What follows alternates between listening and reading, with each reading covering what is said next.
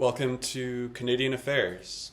I am Sam Forster, and today I will be speaking with Mr. Jean-Philippe Fournier about the uncertain state of the Canadian economy. Mr. Fournier is currently Vice President at Teneo, a global CEO advisory firm, and previously served as a policy advisor to Quebec's Minister of Finance from 2018 to 2022.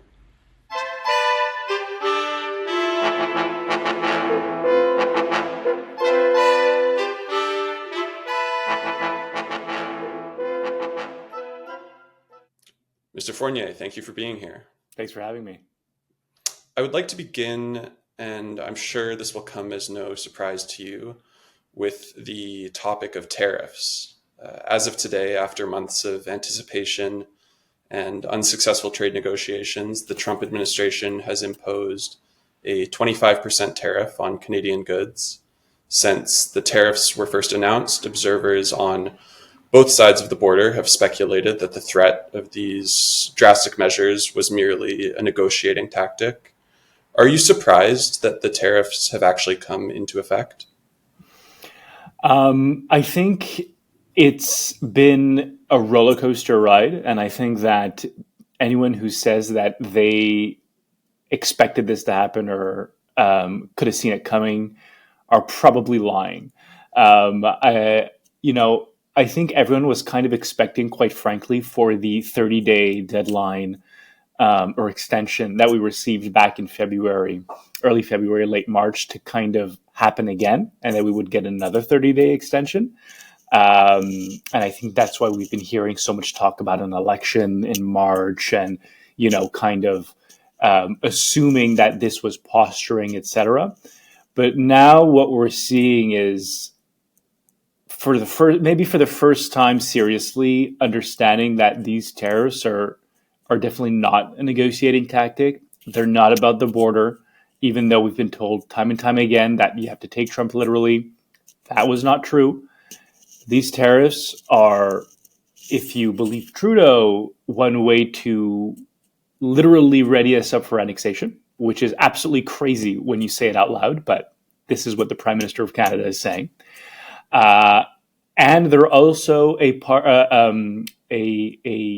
step in Trump's economic plan and strategy to essentially create an autarkic USA, which is to say a USA surrounded by tariffs, a self-sufficient economy, and they're going to use the revenues generated by these tariffs to reduce taxes, et cetera, and basically refunnel that cash into the domestic economy. So I think for a lot of people, we didn't really think it was going to happen, and now it has. The reasons that we were told it was going to happen were false.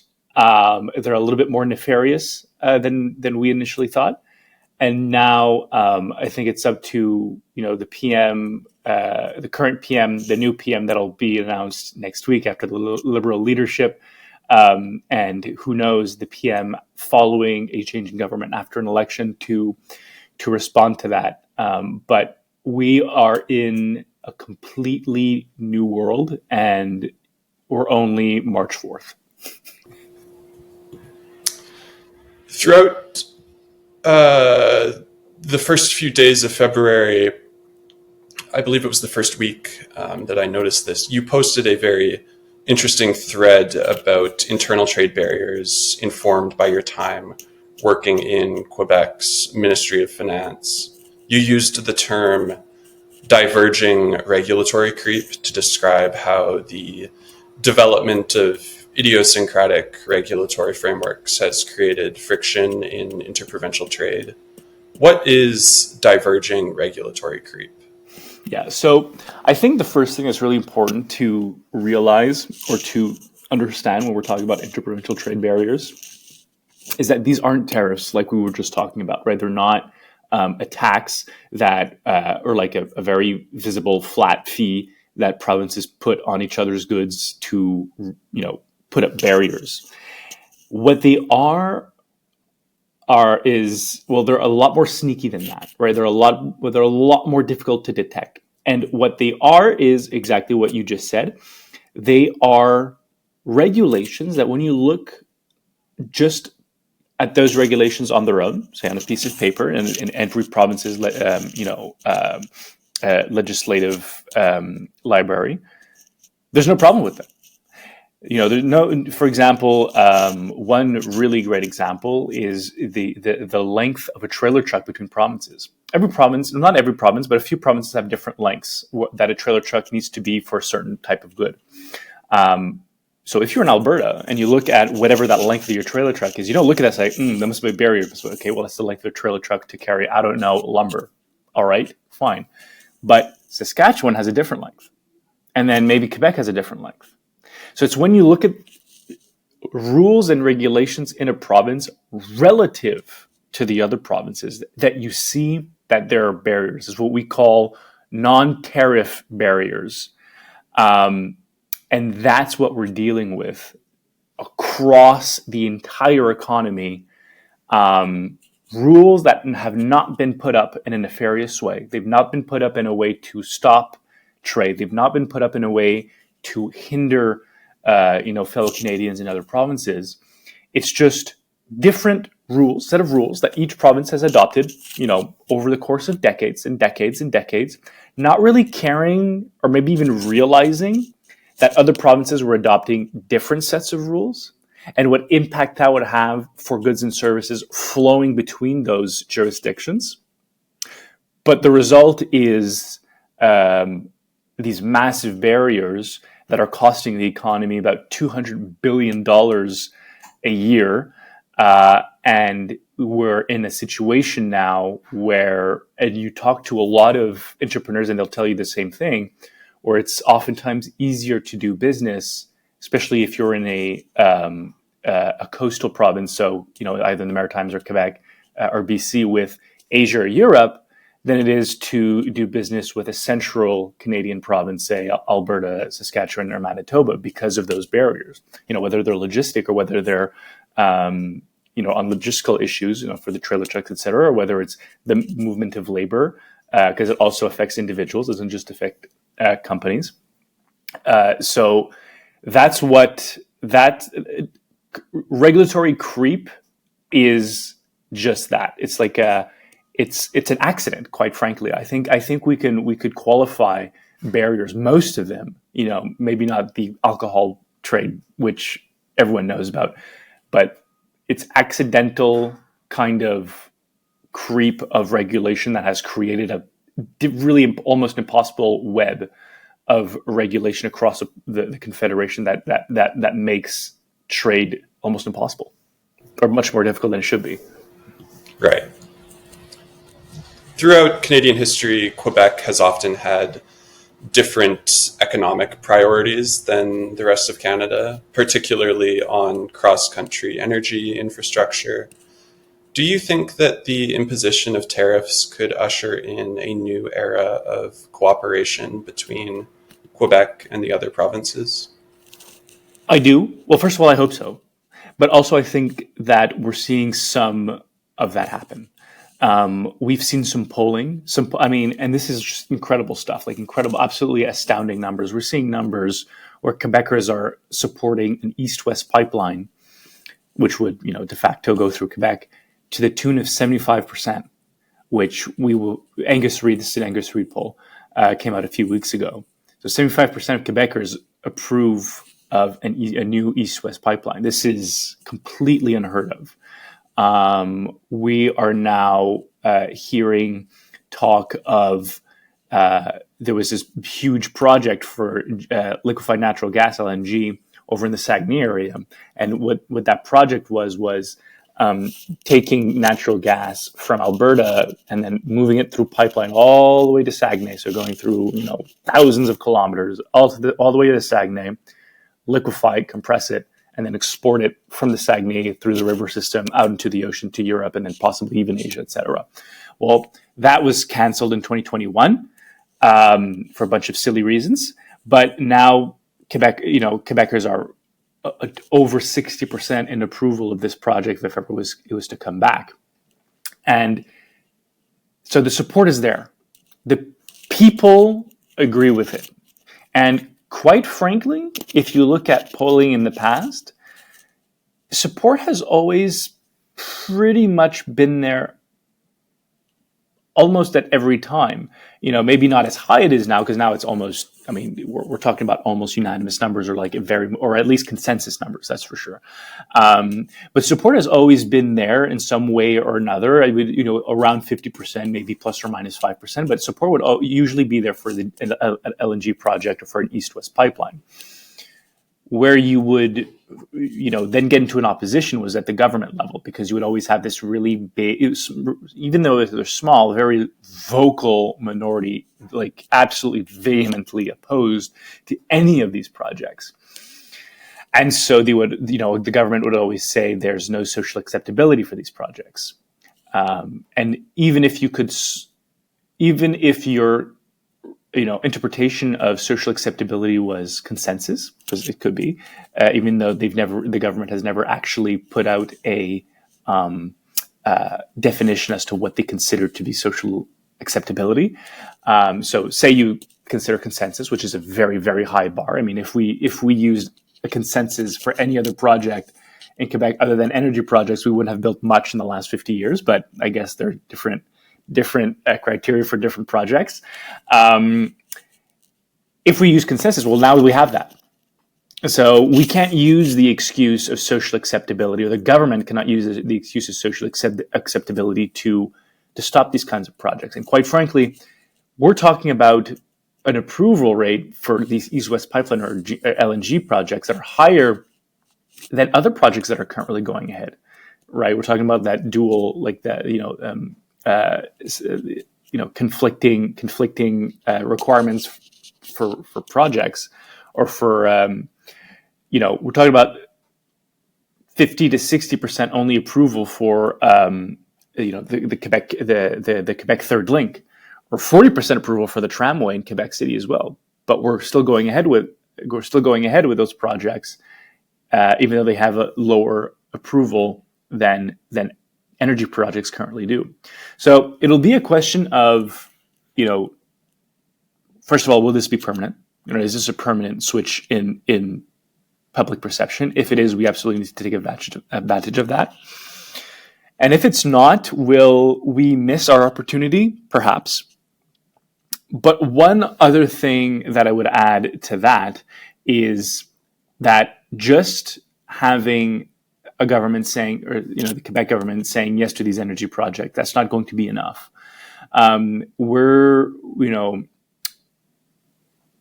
To bring you down memory lane for a second, I mentioned the LNG project that was canceled, that was going up to the Saguenay for liquefaction and export. Well, when that was canceled in 2021, there was a little thing that happened only about a year later called the Russian invasion of Ukraine, where I've heard of that. Some of the news outlets have covered that. Might have heard of it. And of course, what that did was a lot of our European friends decided that, well, they couldn't buy any more Russian gas. So where were they going to buy their gas from? Well, we had a project that could have brought gas from the West all the way to the East Coast and then exported to them. But we had just canceled it. So we're like, okay, well, maybe now it's a good time to revisit it. When we revisited it, and I was still in government at the time, it never really got anywhere, quite frankly. But one of the things that we heard was that, okay, great. If you want us to come back, not only will you have to give us the green light, but you're going to have to give us expedited approval process. You're going to have to roll out the red carpet, tell us there's going to be absolutely no problem for us going forward, and that you really need to get out of the way. So it's to go above and beyond what the process was beforehand, because no one trusts the regulatory environment anymore.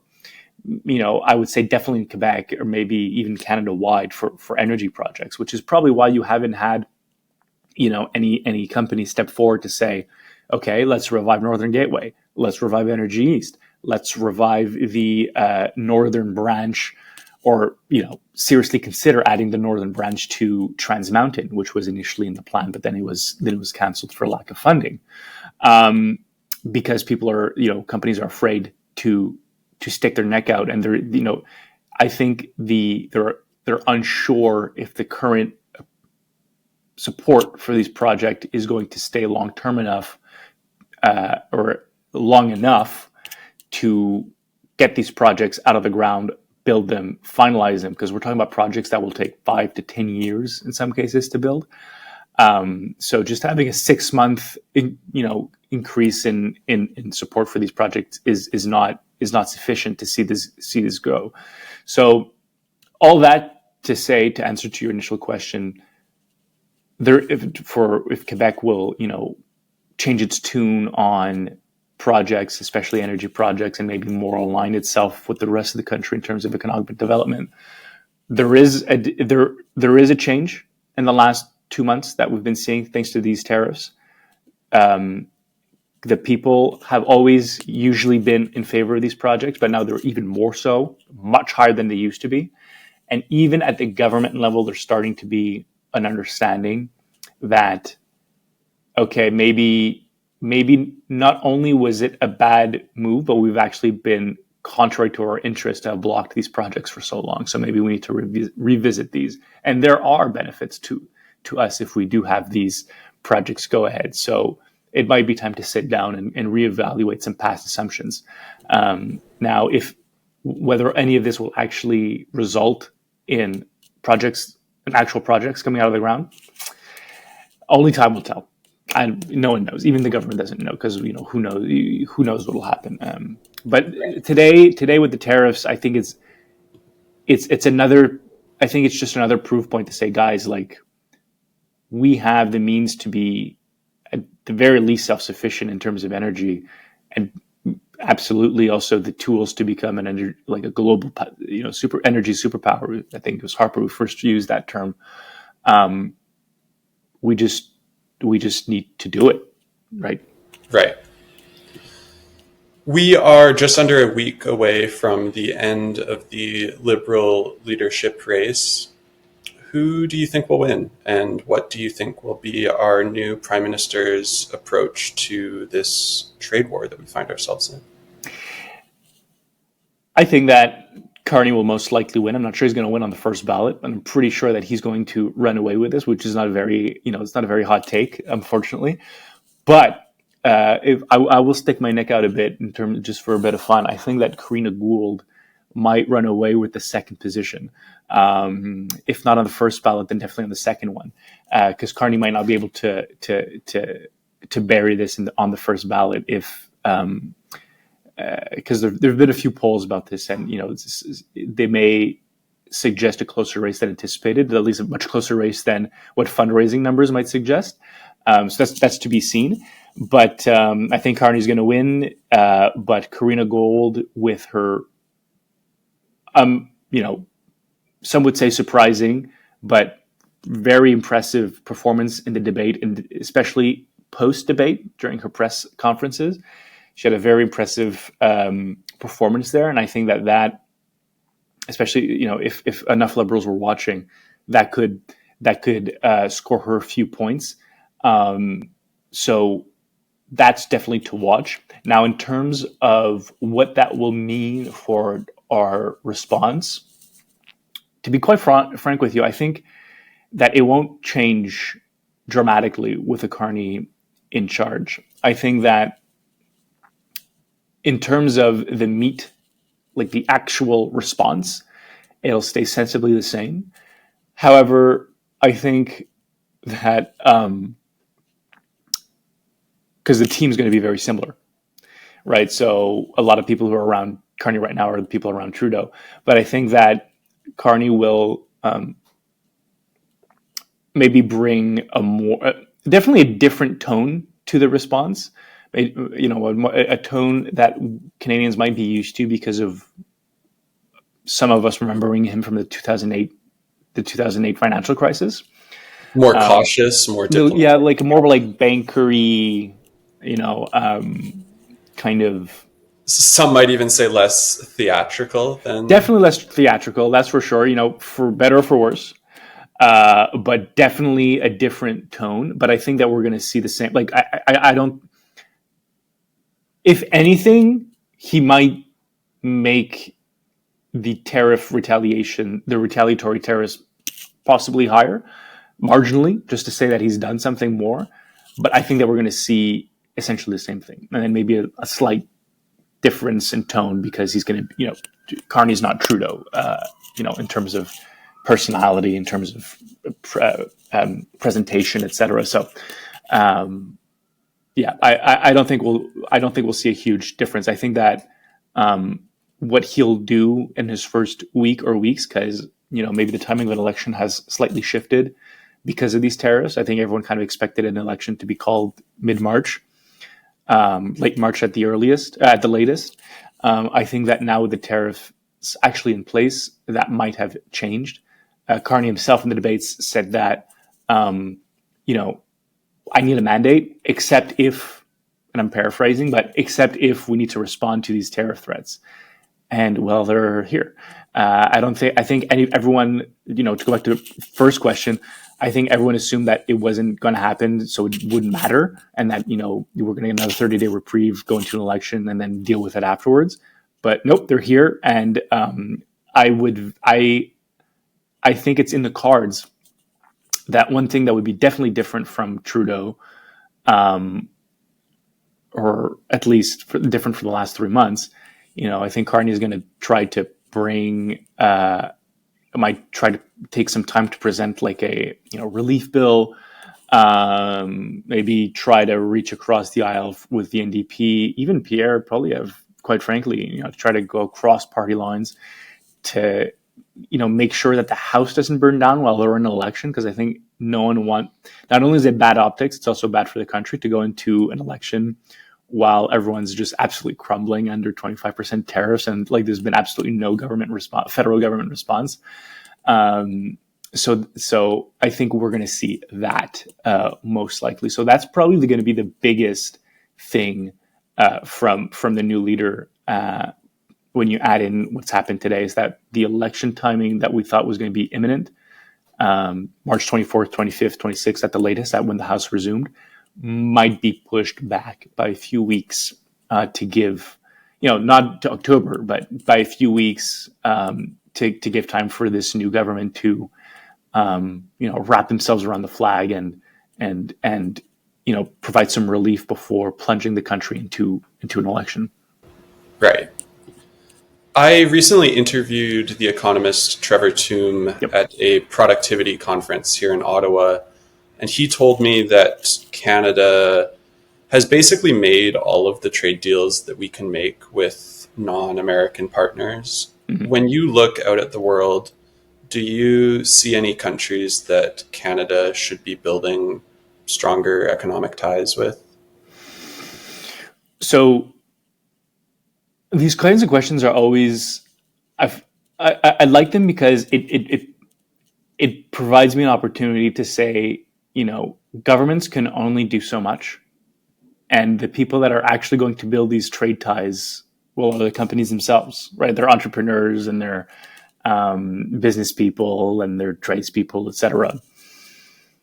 So I think the government's done what they could.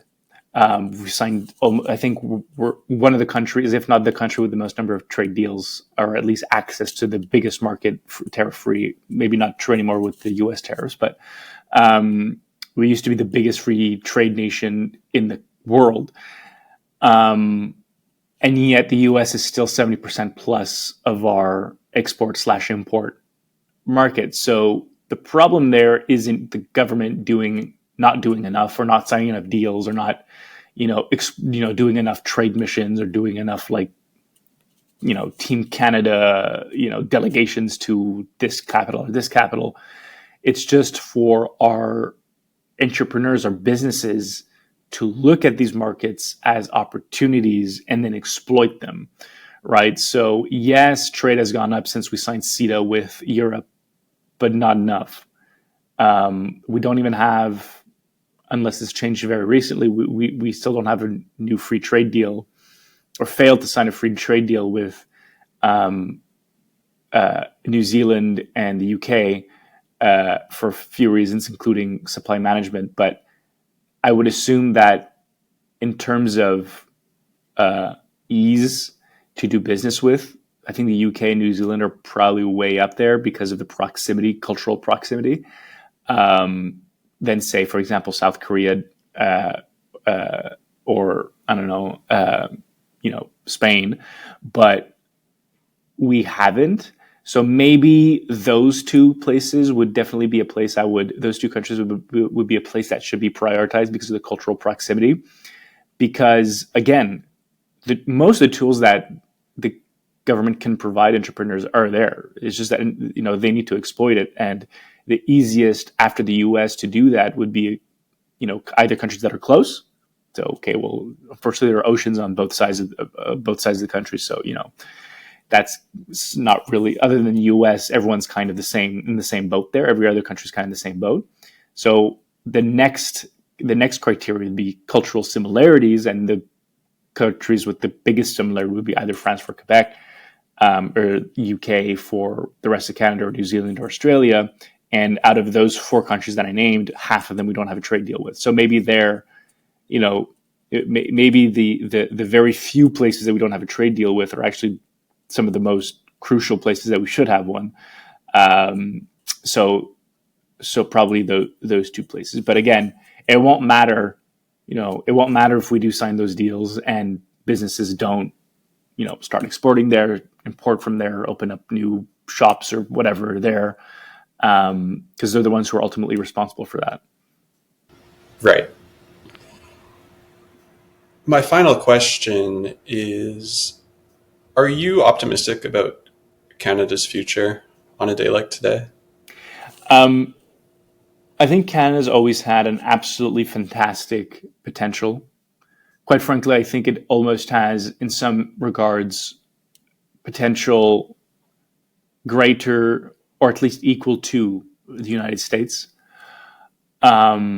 which has been the greatest and most impressive economic success story in the history of the world. People don't realize this, but Canada's already, and people always belittle Canada. And, it's always funny because sometimes I feel like Canada needs more of a psychiatrist than an actual business people to develop itself, because we have all the tools. We seem to not want to necessarily use it. Canada is the ninth largest economy in the world, part of the G7. And yet we sometimes talk about ourselves as if we're incapable of doing the most basic things. If Canada had continued its historically what has always been the case,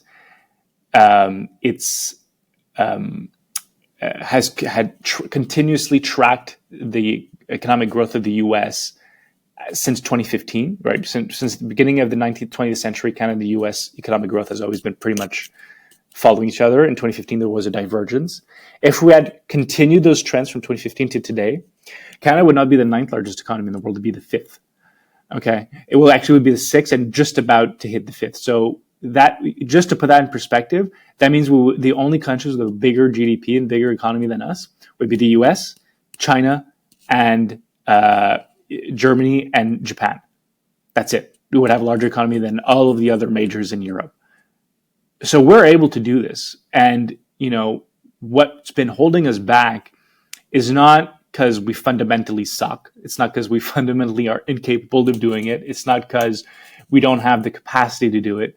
It's because we've seemed to have had this mental block, a mental block. I think it was Conrad Black who would say it was a mental block for greatness. And that needs to go. And hopefully these tariff threats is enough to unlock that. But I'll be frank with you, if we're not able to get rid of those, then no, I'm not optimistic, because we'll continue down the path that we've been going down, and we might start seeing kind of an Argentinification of the country.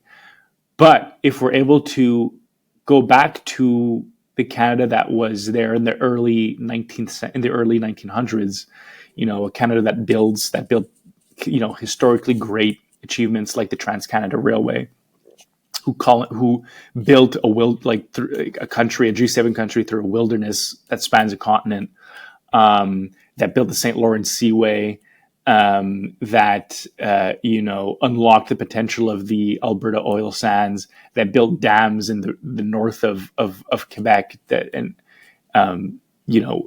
which at the time was unique. If we go back to that and we stop thinking that for whatever reason, for some invisible thing blocking us from achieving that, and quite frankly, until we realize that their biggest enemy is ourselves, then if we don't do that, we won't be able to achieve it. But if we do, I think that is the missing link, the missing ingredient for the famous quote from Wilfrid Laurier saying that the 20th century is going to be Canada's century. Well, maybe in the early 1900s it was, because we were at the peak of our building era.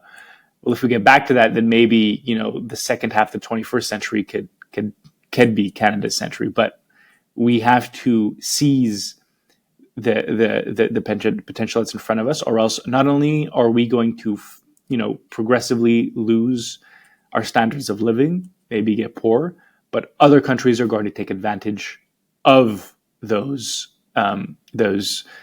blessings that we have, either in natural resources in terms of geography in the north and the Arctic, and that would be an absolute shame. So we need to use it, or else we're going to lose it. It kind of cuts both ways there, my answer, but I think that I'm optimistic that there's a possibility that this situation has shocked Canada out of its complacency, and that we're going to come out of it as a more mature and a more realistic country, or more realistic about its environment, rather, and more realistic about its place in the world, and more realistic about what it has to be done to protect our sovereignty, to protect our economy, and to build that economy going forward, and to be also more clear-eyed about what it means to protect our sovereignty. So hopefully that's true. I mean, one thing that offers great optimism is actually the interprovincial trade barriers file. In the past, provinces and the federal government would have always said, "Oh, we got to fix this, but let's sign this random trade deal, the Canada Free Trade Agreement, and then have a gazillion exemptions, and then nothing happens." That's not fixing anything. It's just a complete waste of time. But Tim Houston, and I think Tim Houston has really been moved by this tariff threat. And I remember watching his press conference following the tariff threats and the annexation threats from Trump, and I hadn't seen any other premier, maybe to the exception of Doug Ford, do such a genuinely impassioned plea to make Nova Scotia a more competitive place, and that they needed to re-examine some fundamental things that they had taken for granted. For example, exploiting natural gas in Nova Scotia, et cetera. And so, to his credit, he's actually acted on that, and now he's presenting a bill, his Interprovincial Trade Barrier Reduction Act, I think it's called. And that, if adopted by Nova Scotia, and Doug Ford said he wants to do the same, if those two provinces adopt it, and other provinces follow suit, this will essentially remove interprovincial trade barriers going forward. And so we might be on the cusp of essentially seeing these barriers finally removed. Because of the way the bill is written, it's a permanent fix. It doesn't fix everything, but it fixes the vast majority of things. And so 3 months ago, you would have never seen this happen. You would have never expected this to happen, but now it's about to. So hopefully we're inching towards my optimistic scenario where we do seize the opportunity. We do, shock ourselves out of complacency. We do take advantage of our blessings in terms of geography, in terms of natural resources, and build a behemoth of an economy as we can, and as we should have, quite frankly. I mean, Canada's, yes, been a history of achievements, but sometimes it's always been a history of failed or missed expectations. Well, hopefully that this will change that, and some signs are encouraging. So hopefully that continues. Right. Mr. Fournier, I appreciate your cautious optimism and your time. I will leave it there. Thank you so much for Awesome. joining me. Thank you so much.